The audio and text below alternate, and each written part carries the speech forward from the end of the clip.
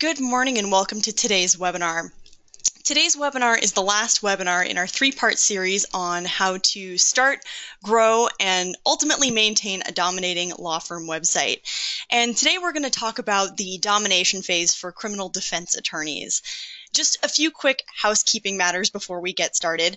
Today's webinar is being recorded, so it will be available to replay online next week. We'll also make the slides available, so there's no need to take notes unless you'd like to. We have a lot of ground to cover today. This webinar is scheduled to run for 2 hours, but it may run a bit under or over depending upon how quickly we get through today's material. We won't be able to stop and answer questions during the presentation, but if you are having technical difficulties with the GoToWebinar audio or video, let us know via the chat area of the control panel. We're also going to have a questions and answers session at the end of the presentation, so if you do have questions along the way, please add them to the questions area or send us a public or private chat message, and we'll address it at the end of the webinar. For those of you who aren't familiar with me, my name is Victoria Blute, and I'm the Community Manager of LawLytics. My job is to keep attorneys on the cutting edge of web technologies and online legal marketing, and to help you learn what works on the web. I come from a journalism background, and if you happen to be a frequent reader of our blog or a frequent attendee of our webinars, you may be familiar with me. If you joined us for the first 2 webinars in this series, you'll recall that I went into great detail about how search engines work and about various types of content that lawyers should include when starting their website, as well as exploring things like how social media can work with your law firm's website to amplify your firm's signal and extend your reach and to reinforce your reputation. Again, if you attended the first webinar in this series, you're likely already familiar with our other presenter as well. But if you're not, I just want to give you a quick introduction to her before we get started. Rachel Shalott holds a JD and a master's and practiced law before joining LawLytics. She's the Vice President of Content Operations here, and she's in charge of all of our content operations, which produces millions of written words for our members' websites and blogs each year.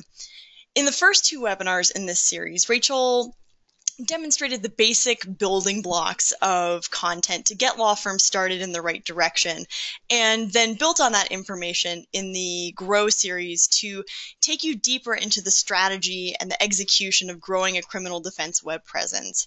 Before Rachel and I present, I want to also briefly introduce you to our CEO, Attorney Dan JAFFE, and spend a little bit of time on some foundational items as well.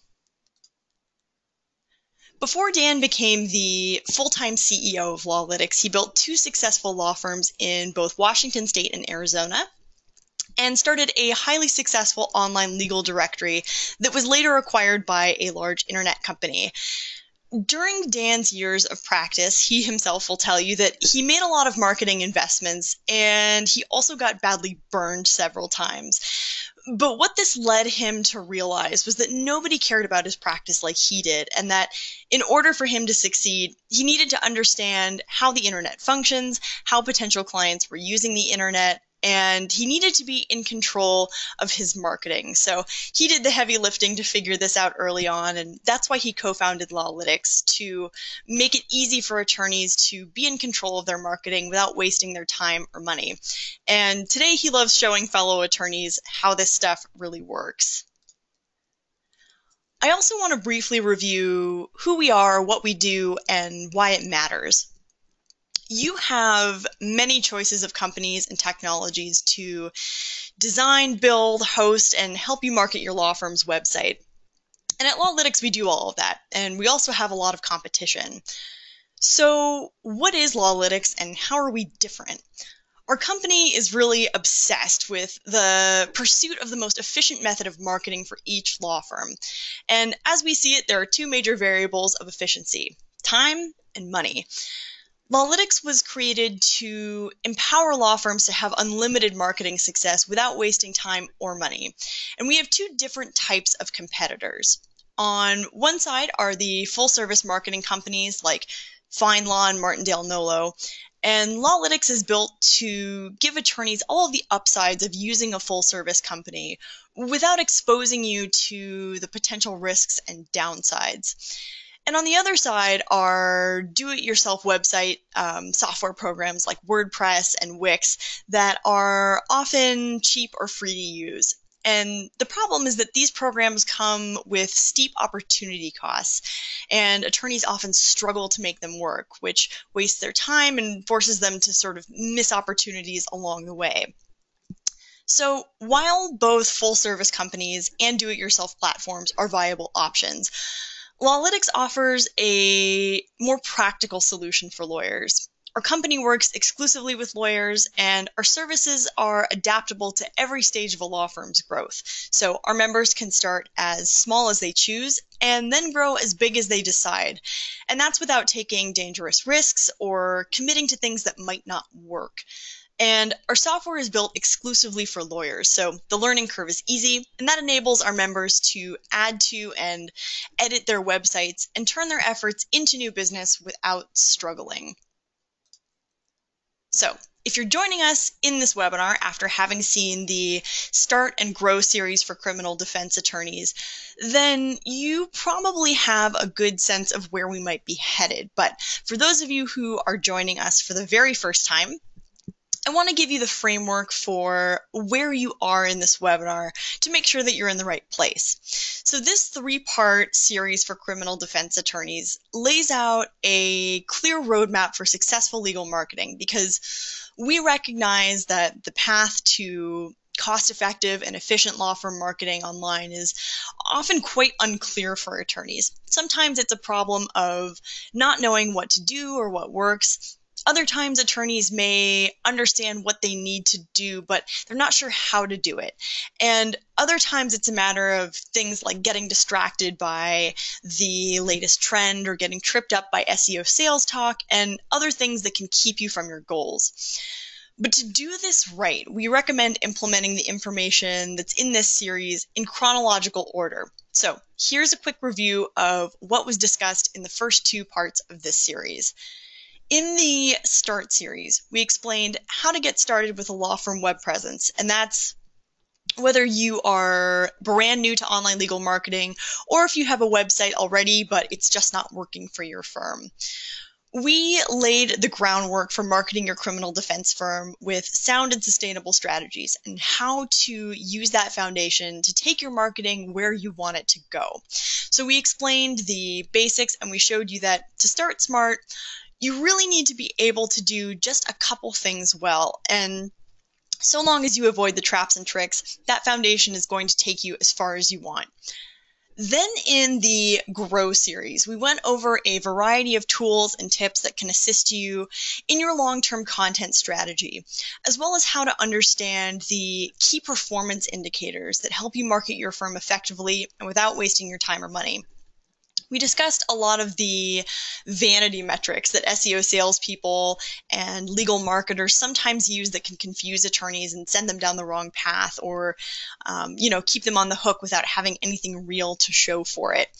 And now we're at the Dominate phase, which is going to show you, as it says here, how to climb to the top and stay there without wasting your time or money, and also without having to watch your back. So if you haven't seen the first two webinars in this series, that's okay. I certainly encourage you to stay and listen to what we have to say today, but I do also recommend that you go back and watch those first two webinars, because as I am about to explain, trying to implement these tactics out of order is unlikely to produce the kind of results that you want. So it's about knowing what to do, how to do it, and in what order these things need to be done.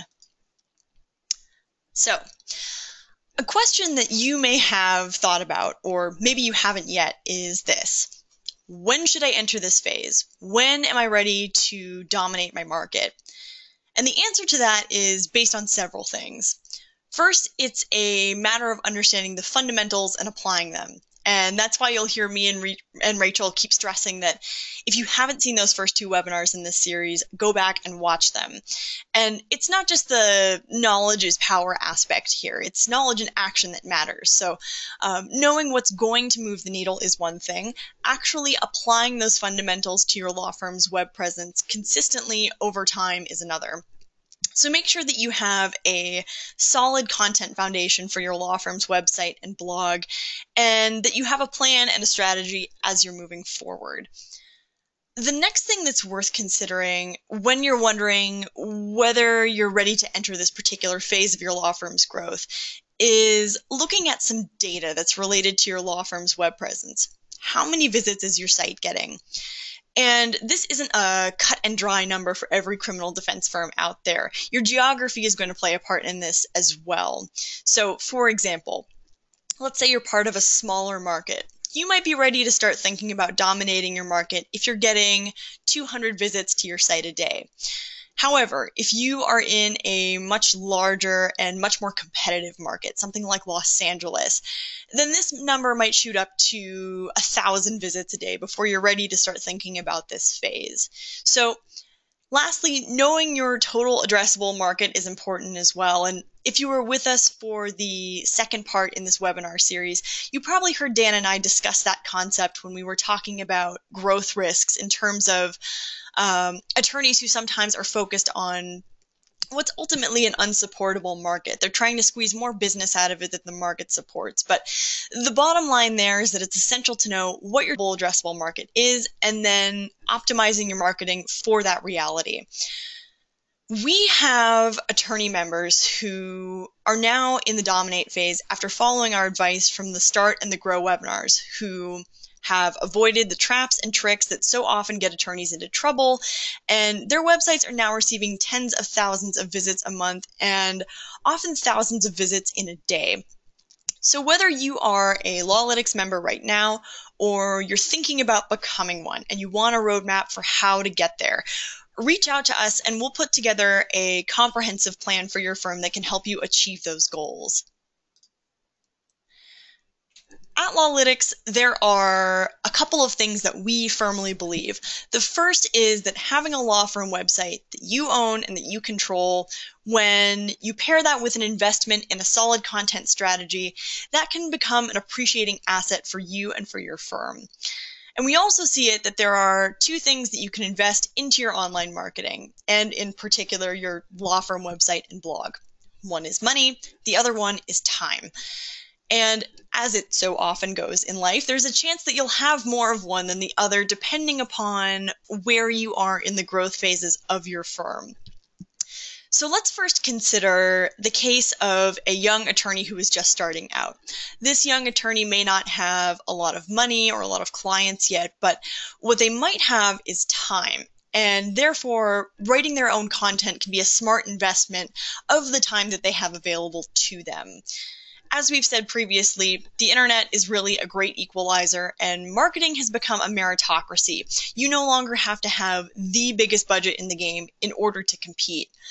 So if this young attorney happens to have more time available than money, if they have a solid content plan and a clear roadmap, then they can use their time wisely to produce their own substantive content and blog posts that puts their firm on the board and helps them get noticed by potential clients.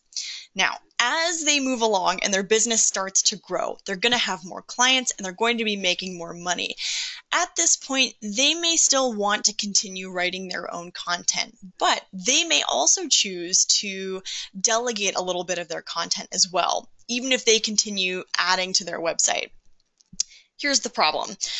As you grow, particularly as you're taking on more and more clients, writing your own content comes with an opportunity cost. As you're growing and growing, you are suddenly going to have some serious demands placed on your time. And it's why we mentioned in the last webinar that it's worth thinking about things like intake systems and so on before you get to this point, because you don't want to let yourself get overwhelmed. But one of the things that you're going to have to think about as these demands are being placed on your time is the opportunity cost of writing your own content. It's the choice that has to be made between what is often mutually exclusive, money or time.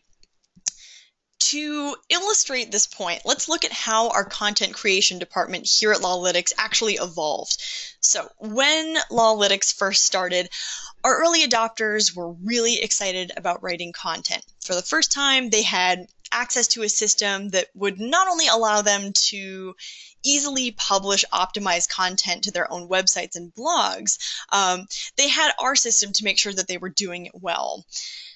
Attorneys who use LawLytics to write their own content and follow our recipe over time are successful and achieve market-leading results. And as a byproduct of this success, they become busier in their practices. So this presents a catch-22 for attorneys who also want to sleep and have a work-life balance. They know that the content that they're writing using LawLytics is fueling their success, but their success is preventing them from continuing to write or demanding other sacrifices. In order to keep up with the reward cycle of writing content, many of our early adopters at LawLytics realized that in order to sustain the edge that they got through the content they were writing using LawLytics, that they would need to delegate that task to somebody else. And our content creation department evolved out of that particular need. So the more clients you've got, the less time you have to keep writing content. And you can't just stop writing content. Having new content added to your site is an important factor that Google takes into consideration for rankings and relevancy. The freshness of your content, that's something that Rachel's going to discuss in depth in just a moment. But to keep the flywheel moving, you have to have new content. And if new demands are being placed on your time and you can't write it because you want to be focused on the practice of law, then your rankings could suffer, which would then harm your revenue, and the whole thing can just fall apart. So it's a complicated dance. Of course, you want to keep up that momentum that you have worked so hard for. This is where that other investment comes into play: money. So if you're in the dominate phase, you have a marketing budget to work with that's likely larger than what a beginning attorney would have. You may not have time to write anymore, but you do have the money. And here's where it may be time to delegate your content creation efforts to somebody else. Before I get into how to do this wisely, there's a few points that I want to make. On the ethics of ghostwriting, there is a camp of purists on the web who argue that attorneys should always and under all circumstances write their own content for their law firm websites and blogs. And in an ideal world, we agree with that. But in the real world, where balancing a practice with the business side of law while trying to maintain a quality of life, you can see where I'm going with this. So those who argue against proxy writing of online content point out that if the attorney does not write their own website content, it lacks authenticity, or that the content misleads readers into believing that the content came directly from an attorney. Some others argue that it's unethical, and some assert that all lawyers are natural writers or love writing and should not only provide the content for their websites, but should also enjoy doing so. And each of these arguments contains logical and practical fallacies. We've gone into greater detail about the ethics of ghostwriting in a webinar that's available on demand over at the LawLytics website. And that specifically addresses this topic. But my point is this: if you are comfortable delegating the creation of a brief, proofreading it, and then signing your name onto it and submitting it to the court, then the analogy is exactly the same when a ghostwriter is writing content for you. Now, in order to use a ghostwriter successfully, it comes down to a couple things. One, you need to be able to delegate wisely. Second, you need to be able to empower people that understand and will abide by the necessary ethics. And you also need to keep a level of editorial control that makes you feel comfortable saying that as the attorney who's responsible for the content on your website, you know what's being published. By choosing a professional writer that you can hold accountable, you maintain a consistent publishing schedule which ensures that your website and blog won't be neglected. We have seen plenty of law firm websites that have these large bursts of content creation, especially on the blog, 10 posts in a month, and then the blog goes dormant for months or years. Content marketing isn't optimally effective when you simply put some content on your blog and then quit. It works best with the consistent publication of posts that answers your potential clients' questions in great detail. So it's easy to get enthusiastic about blogging for short periods of time, but it is harder to sustain that enthusiasm over the long term. Persistence with blogging and other forms of content creation on your law firm's website on a regular basis is what is going to get you ahead. So if you pause your blogging efforts, your competition who isn't pausing, say a well-funded firm delegating their content to writers, or an attorney who's fresh out of law school with all the time in the world to blog, they will get ahead of you if you're not adding content to your law firm's website and blog on a regular basis. So just a couple last things before I hand this over to Rachel. I want to briefly point out something. So if you are a LawLytics member, or you've been with us for a few webinars, then you know how easy it is to use LawLytics to add to and edit your website. And what we also make it easy to do is allowing you to delegate those tasks to others, such as in the case that maybe you have a partner or associate who's going to blog. But on top of that, we also make it easy for you to have control in the case when you hire a professional proxy writer. The LawLytics user access controls that are featured in our control panel make delegating this work to others a total breeze. And that's without relinquishing the kind of control that attorneys need to have over their web presence. As you can see here, you can add an unlimited number of users, and then for each user, indicate who that person is ghostwriting for. So as you can see in this example here, we have a summer associate who's going to ghostwrite for Dan. And as you can see here as well, that little blue checkbox that says requires approval before publishing, that makes sure that you have control over what goes on your website, even if you have somebody else ghostwriting for you. There are additional permissions that you can select as well to ensure that the person who is ghostwriting has as little or as much access to other things on your website, like if you have multiple sites, your blog posts, your case results, your social media access, that they have access to things that you want them to have access to. And if you're curious to learn more about the effective use of ghostwriters, I really recommend checking out a webinar that we did on that subject a little while ago. The web address to access it is at the bottom of your screen there. So one last point that I would like to make to you is this. Your time is valuable, and especially so if you're in the domination phase of your law firm's growth. The quality content that you add to your law firm's website on a regular basis is the key to starting and growing a successful web presence and ultimately dominating your market. But if you can't write for your website on a regular basis, then using a professional proxy writer is the next best choice that you can make. As I said earlier, the LawLytics content department evolved out of that very specific need. Attorneys who had been writing their own content and, as a result of it, got so successful that they needed help to keep publishing. And today we're writing millions of words of content for attorney websites and blogs. Rachel, who is going to speak to you in just a moment, is the Vice President of Content Operations and oversees this entire effort. But before I turn it over to her, I want to talk briefly about our content creation services for those who are interested. So we have an in-house content creation department that's managed by lawyers. Many of our writers are lawyers. All of them have strong backgrounds in writing and legal backgrounds, and all of the content that gets published on behalf of our customers who choose us to write for them, all of that content goes through an editorial process where lawyers look at it before it ever gets published. We have several levels of content creation that we provide, and these are services ranging from startup content, where there's a brand new site that doesn't have any content to get it off the ground, to creating attorney bios, practice areas, and so forth. And that ranges all the way up to these really extensive build-outs of over 1 million words for attorneys who, over the course of a year or more, want to build a dominating website for a certain practice area or practices or certain geographic areas. But between those extremes, we also have a la carte content. So say you're writing your own content and you have a big trial coming up and you don't want to have a lag in your content. We can jump in, pick up where you left off, and then sustain it until you can jump back in and start working again.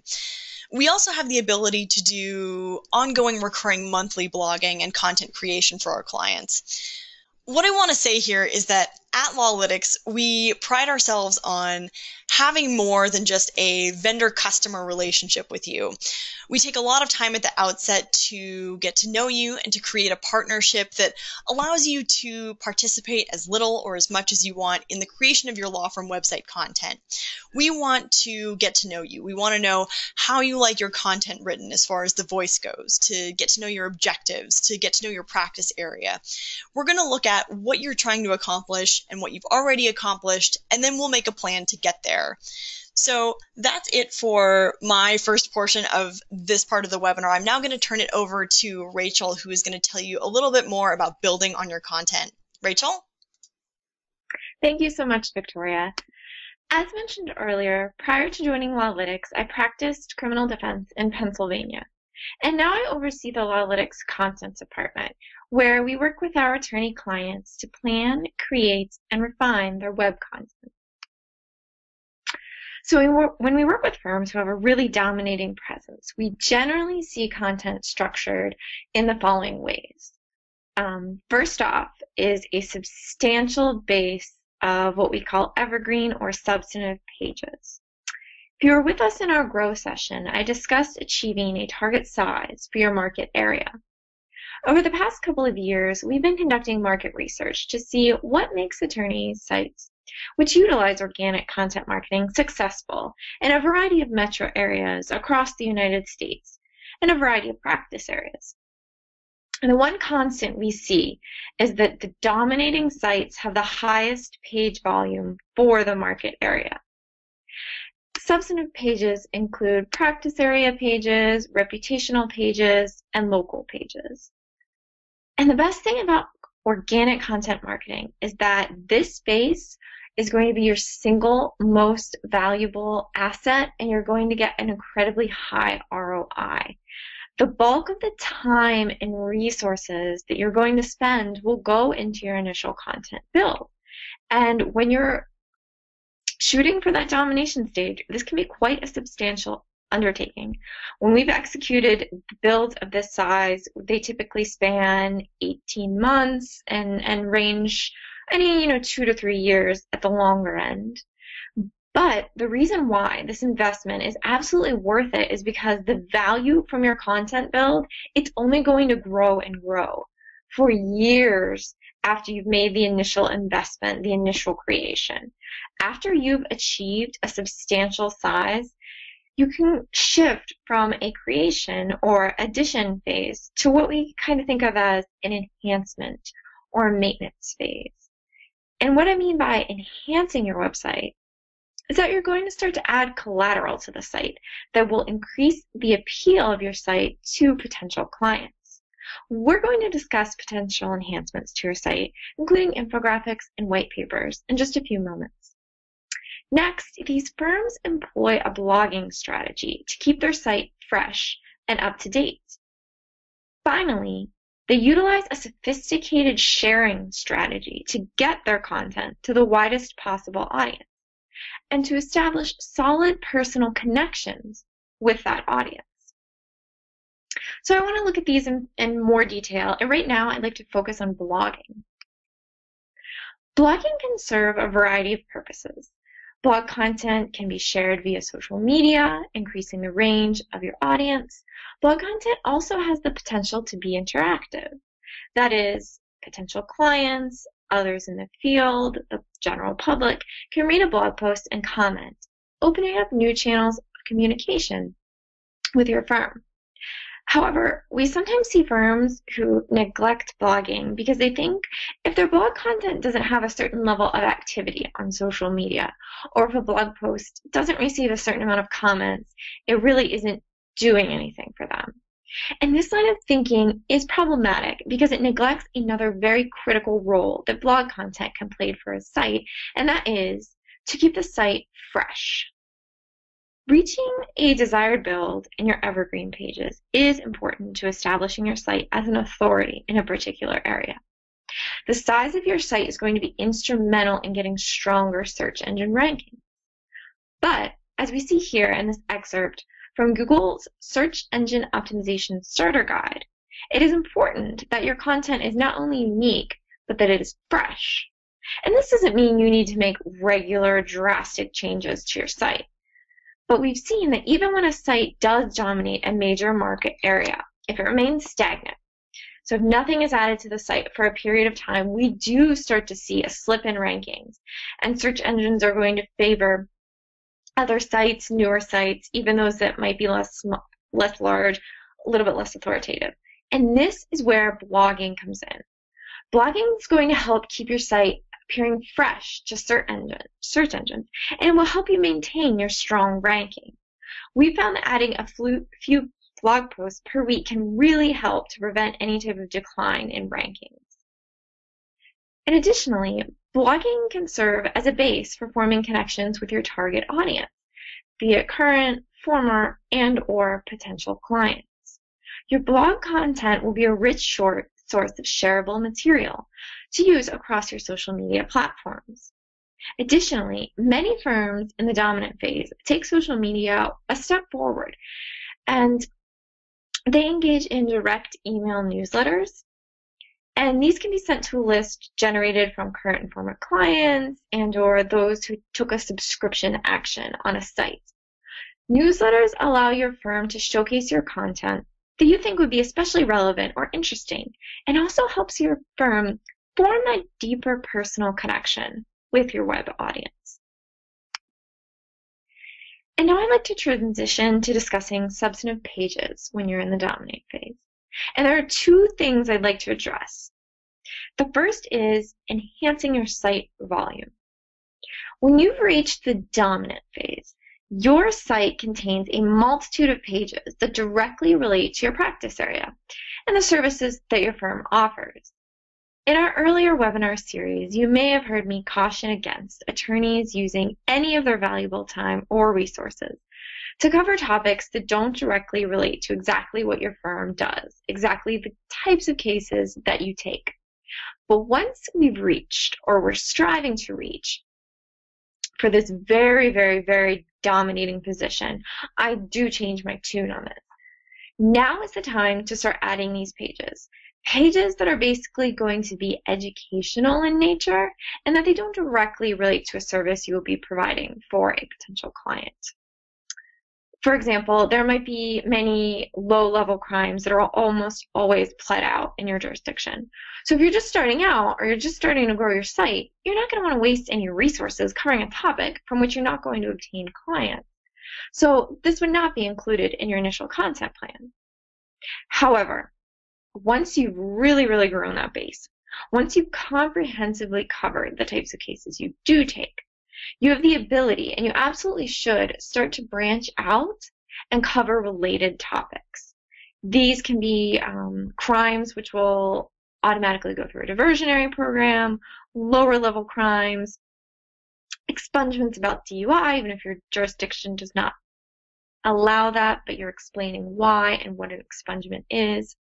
Again, these pages themselves, we're not trying to directly gain cases from the topic titles. What we're trying to do is we're adding to the overall authority of your site in a particular area. So if you look at dominating sites in cities like Atlanta and Los Angeles, you will find a wide variety of topics are covered on these sites, clearly those that aren't only where the firm might gain substantial business.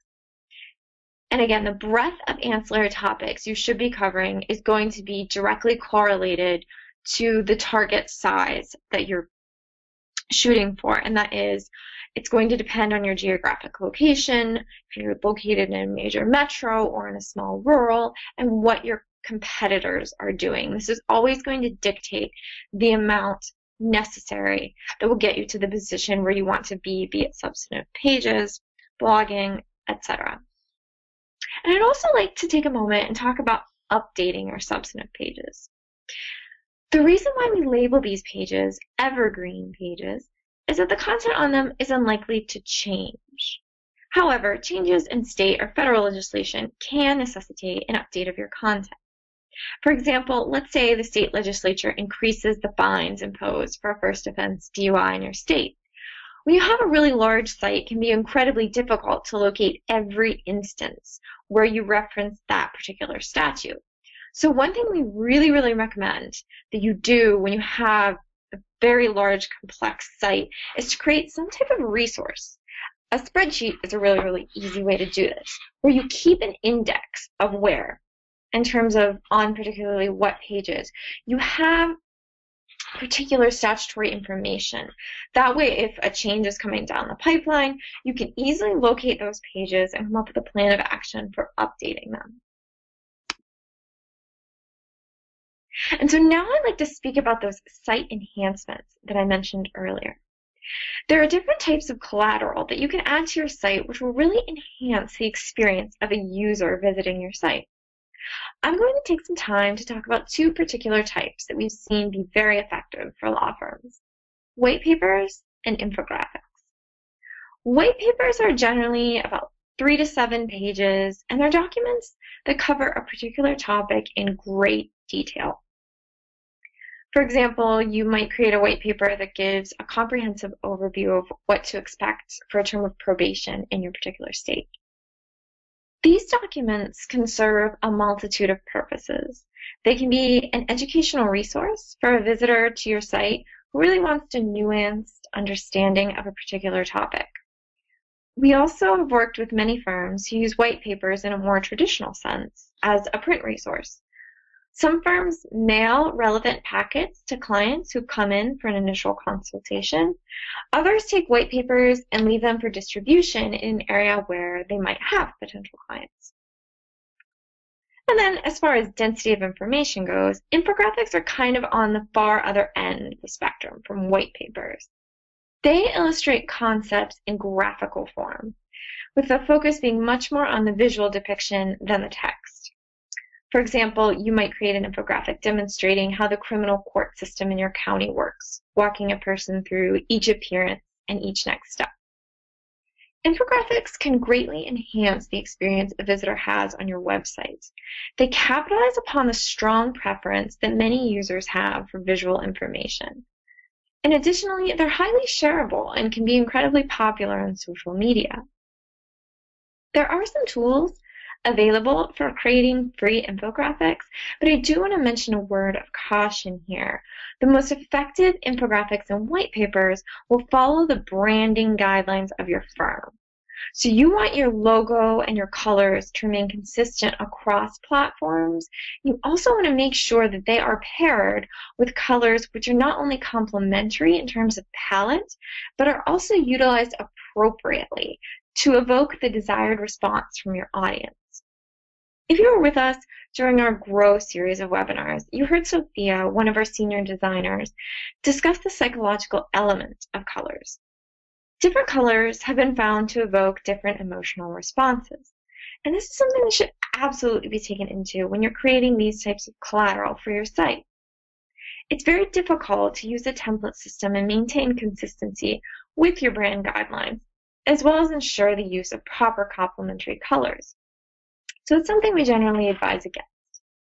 For those on the LawLytics platform, the same team of talented graphic and web designers who imported and configured, or maybe who even created from scratch, your logo, are the same ones responsible for the creation of things such as white papers and infographics, so we can ensure that all visual elements are consistent and that they are embedded seamlessly into your website and appropriately configured for both desktop and mobile users. When you're just starting out and when you're growing your site, the focus is on content creation because the goal is getting more visitors to your site. But once you've reached the dominate phase, you're getting those high volume of visitor numbers, and you're going to be competing against other sites that are doing the same. And what it comes down to now is you need to give your users a memorable, positive, and unique experience. And also, when you've reached the phase where you're dominating your market area, you're going to experience some changes along the way.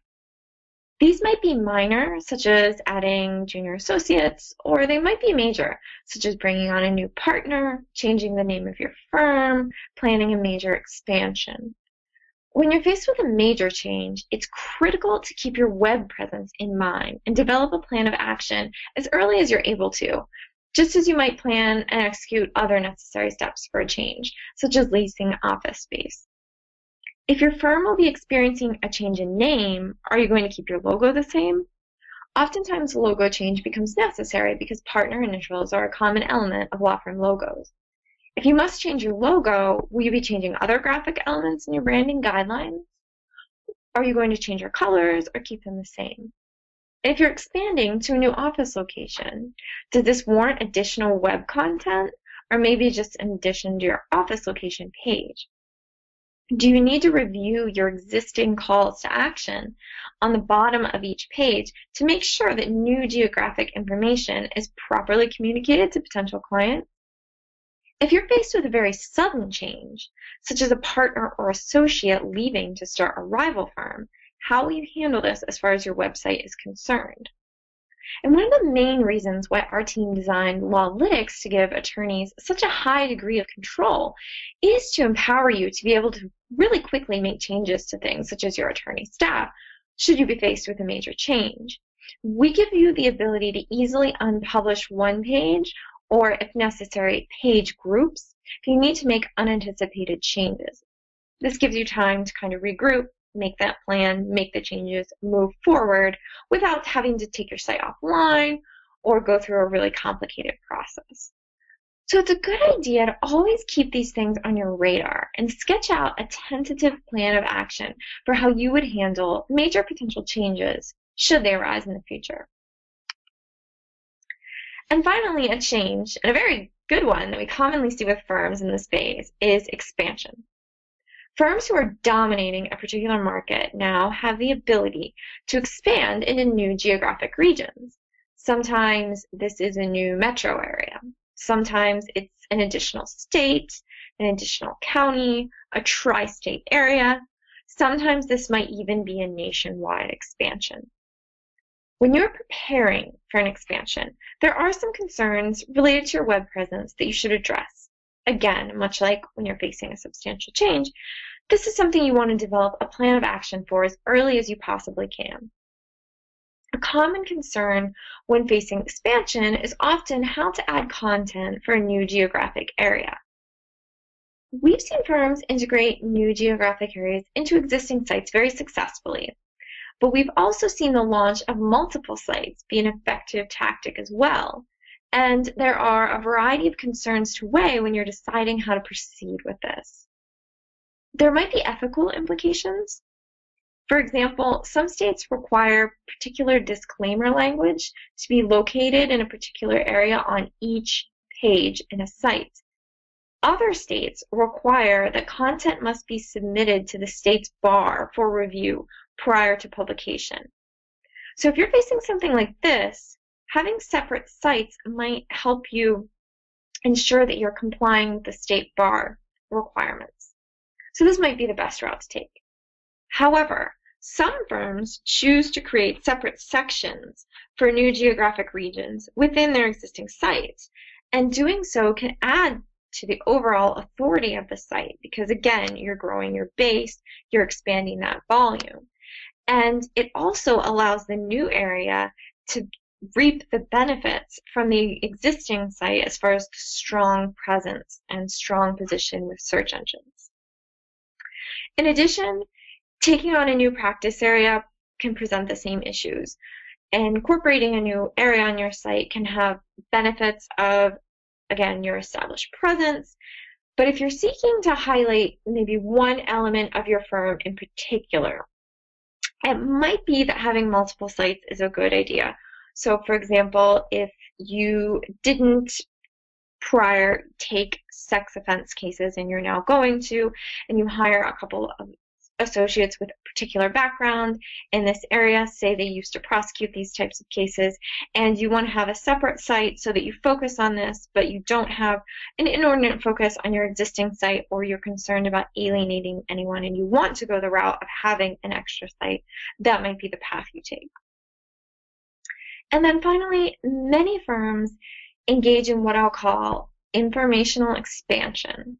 So this is when firms aren't expanding into new jurisdictions, but the information on their website does expand to these new areas. For example, you might have a section on your site that covers penalties for a particular crime or crime group, let's say marijuana or drug crimes, in all 50 states.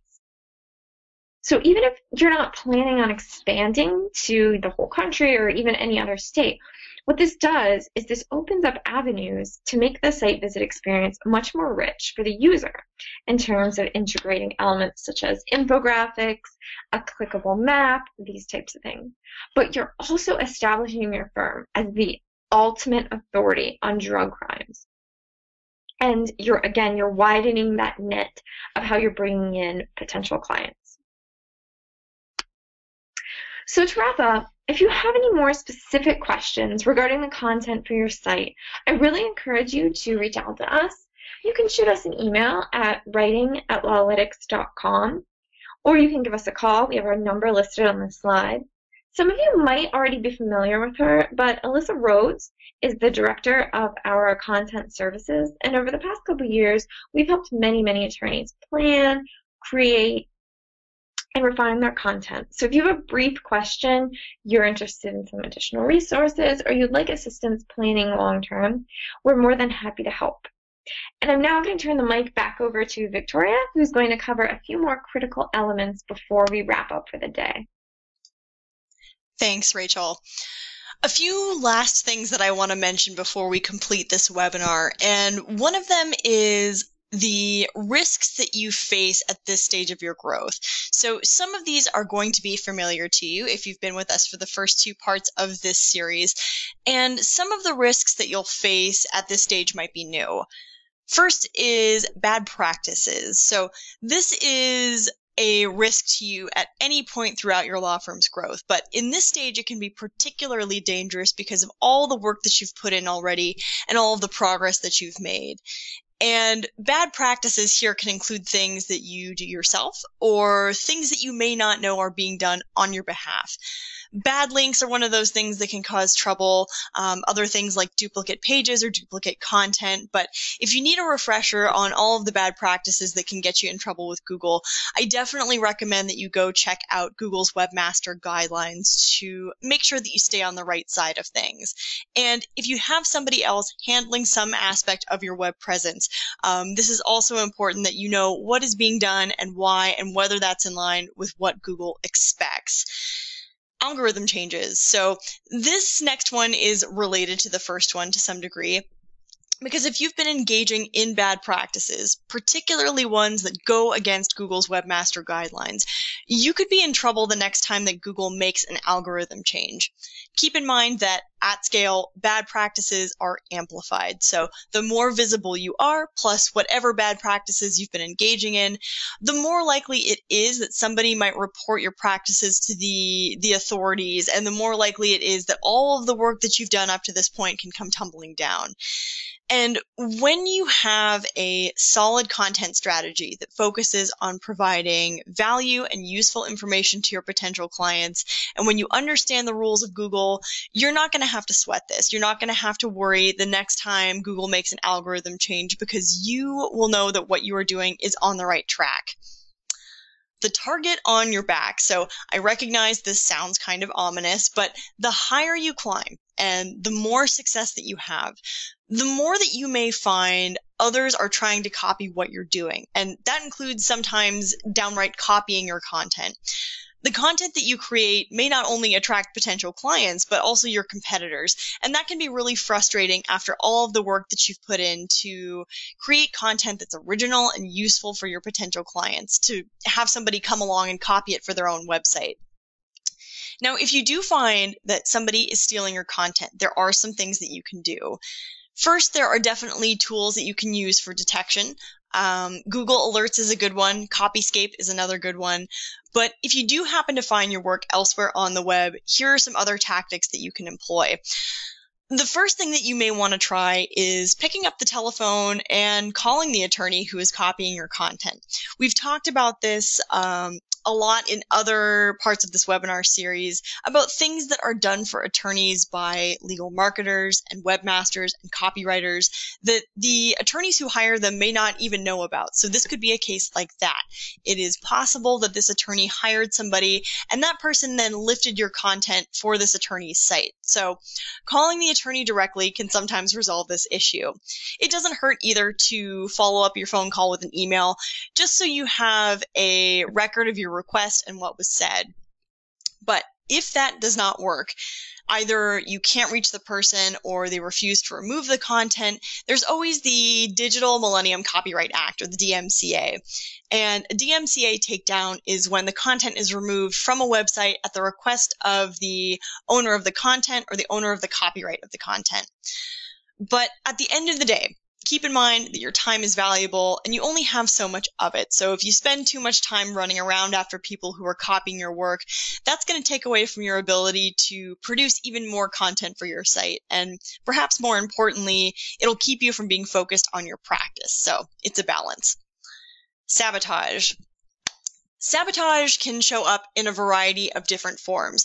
Of the many reasons we caution against using PPC to carry your law firm's marketing, there's click fraud to think about.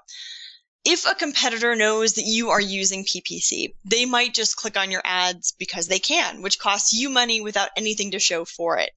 And as we've said in previous webinars, PPC comes with some risks in that the people who are clicking on your ads might be an accidental click, they might be potential clients, but they might also be your competitors. And whether or not that person is an actual potential client who may actually want to contact your firm. Once that money is gone, it's gone. Another form of sabotage that could come up, though it would take an extraordinary amount of time and effort on the part of whoever was responsible, is submitting your site to link farms and directories that have been sources of spam. I will say this, though, that once you are really well established, as you would be at the domination phase of growth, and you have these huge content build-outs with millions of words and tons of useful information for your potential clients, and you're generating a lot of revenue from that work, if somebody were to do that, it would be established pretty quickly that you were likely not responsible for such a thing. It just wouldn't make sense that you would do something like that after all of the work that you've put in.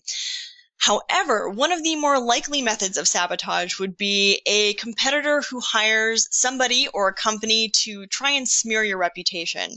And that's why we really stress, as we did in the last webinar, to get on top of your reputation management early and ask for reviews often. Start building up those resources early on. Now, here at LawLytics, we do offer a Bird Eye Reputation Management add-on for our attorney members, and we also offer it to our non-members as well, just not as deeply discounted as it is with our membership. So if you're curious about that, we recently did a webinar on the subject of reputation management that is now available to view on demand over at our website. Lastly, I want to bring up what could be described as the 1% difference makers, but before I discuss what they are, I want to mention why it's important to implement these difference makers now and not at some earlier point in your foundation and growth strategies. This is one of those things that can trip up attorneys, the 1% difference makers. This is an area where attorneys sometimes want to obsess over implementing these bits right out of the gate, but if you do that, they are not going to have the effect that they will if you do them once the foundation has been established. So let's talk about what they are. Firstly, we have semantic markup. So if you're not familiar with this term, semantic markup refers to the code that's used to reinforce the meaning of your web pages to search engines, which can help them be found when potential clients make relevant searches. Humans, of course, have eyes, and we can look at something and make a determination about what a web page means or what it's about. Search engines can't do that. Therefore, the markup helps a search engine understand what a page is about and whether it's relevant to somebody's interests when they make a relevant search. As a reminder, with LawLytics, our system automatically adds attorney-specific markup that is strategic and effective and helps your work get found by potential clients. And it also doesn't require you to quit your day job to learn how to code or anything like that. Next up is page speed. So again, this is one of those issues that attorneys sometimes obsess about. We brought it up in the Grow webinar for criminal defense attorneys, but I bring it up again because I think it's valuable to understand what role this plays in your law firm's web presence. I will briefly reiterate what was discussed in the last webinar, and that's this. Take, for example, a completely blank website. That's a site that's likely to score a perfect score on a site speed calculator. Unfortunately, it also has nothing on it, so it's useless. Now, as you keep adding elements to a site, you're going to see a decrease in that site speed. And if you add a lot of heavy elements, like a lot of unnecessary bells and whistles, then you're really going to see that number drop. So what we explained in that webinar, if you didn't join us for it, that it's about striking the balance between a completely empty website, which wouldn't do you any good, and a site that's overloaded with elements that slow it down. Now, once you're at the domination phase of your growth, there's something else to consider here. Where site speed is concerned, so long as your site is reasonably fast, so we're talking 70th percentile on desktop, 80 in mobile, it doesn't make too much of a difference. However, if you are getting 15,000 visits a day, you're going to get some from mobile on a 3G connection, which could mean a slow loading site. And as we know, if a site loads too slowly, a potential client's first line of defense is just to leave and to go find another site that answers their question. So getting big numbers means that there's also something additional that you're going to have to balance. So not just the elements of the site, but the number of visitors that you're receiving. Marketing automation. When you have just a few visitors at first, your goal should be to get visitors to your site. As your site grows and your visits grow, you're going to want to build up your options. It won't be enough anymore to have your options essentially be contact my firm or leave. And that's not even enough in the early phases. You want to give your potential clients lots of text information about their case or matter or problem. But when you start hitting those big numbers, then it's time to think about a variety of ways to present that information. Things that Rachel discussed, things like ebooks and white papers, other collateral, newsletter subscriptions. While you have to create those or hire somebody to do it for you, sending these items to potential clients are things that can be handled efficiently by marketing automation software. And I've written blogs on a number of popular marketing automation software tools for attorneys that you can find over at the blog. But that way, once you've done that work or you've hired someone to do that work, of creating that collateral, then you can use marketing automation software to send it for you and create that connection between you and your client. And that includes even when it's outside of office hours and you are already home. Marketing automation can help you do more work and reach more clients around the clock. Experimenting with CTAs. So when you are at the biggest phase, then you can start experimenting with the calls to action that you feature on your website. So try different action words, try different phrasing, and see what draws in more clients. Form fields. These are another good thing to experiment with. So your potential clients are busy, just as you are, and they don't want to have to do any more work than what is necessary to reach you. So where you can, see if you can edit down your form fields to whatever is absolutely necessary. There was a good example of this recently in the news with Expedia, in fact. So this is a story about how to root out hidden profits with analytics as well. But what Expedia discovered was an interesting problem. They were noticing that they had many customers who were clicking their Buy Now button, but then they never went on to complete their transaction. So what was happening? Here we have people who, as far as leading indicators of purchase intent go, they said, appeared to be ready to finish that transaction, but they didn't. So when they conducted their research, what they found was something that was oddly simple. Expedia had this optional field under name, which was company. And what happened is that it was confusing customers who filled out that company field with their bank name. So after putting in their bank name, these customers then went on to enter the address of their bank rather than their home address. So when it came time to verify their credit card, it would fail because it wasn't the address of the card holder. Now, when they fixed this problem, they increased their profits by $12 million. So this, of course, is an extreme example, but my point here is to minimize any sort of user error or frustration that might happen with your form fields. Don't make your potential clients work any harder than they have to. Expedia said later that they'd found a number of other issues like this by using their data to their advantage and also by really paying attention to their customers. Think about setting expectations on your form. So if you say that you are going to return calls in 5 minutes, but you're a solo practitioner, and as things grow, that's just not true anymore. It's the difference between not being able to meet that expectation and either changing the amount of time it takes for you to return calls or having a better intake system with 2 or 3 people who are available to answer the telephone. Last thing is call tracking. At LawLytics, we can help you integrate things like CallRail, which can help you measure your calls and see where they're coming from so that you can see what's driving them and then use that information to fine-tune your marketing even more. So this is the last webinar in our Start, Grow, Dominate series for criminal defense. And again, if you missed the first 2 webinars, feel free to go check them out over on the LawLytics website, or for that matter, any of our other free on-demand webinars as well as blog posts. All of those resources are available to you for free to help you better understand how the internet works and how your potential clients are using it to find you.